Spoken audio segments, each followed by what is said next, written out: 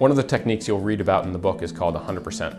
It's about how champion teachers get 100% of students to do what they ask 100% of the time. That may sound like a recipe for conflict, but when you watch champions at work, you'll see that it's all about finesse.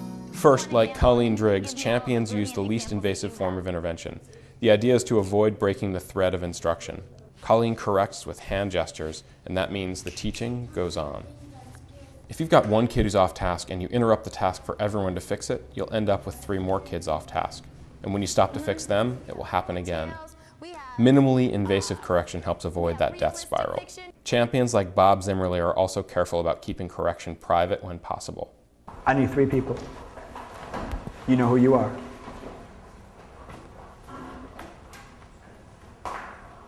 I need 2 people. Even in a more explicit correction, Jamie Volante focuses on describing the solution, not the problem. And she makes her correction an exercise in purpose. The problem is the student's not getting the answer right, not power. But like all 100% teachers, she's consistent about correcting every time she can. And then when I ask you a question, you didn't have the answer. That tells me you need to work harder if you're going to get the right answer. Your eyes should be on the speaker at all times. Even with all this finesse, you can't always keep your correction of an off-task student private. But champions limit the amount of time when corrected students are on stage with other eyes on them.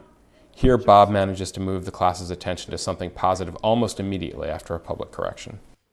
I don't have Marissa, but I do have Jasmine.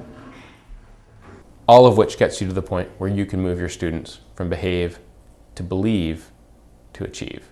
I can bring it to you, but I can't give it to you. You got to reach for it.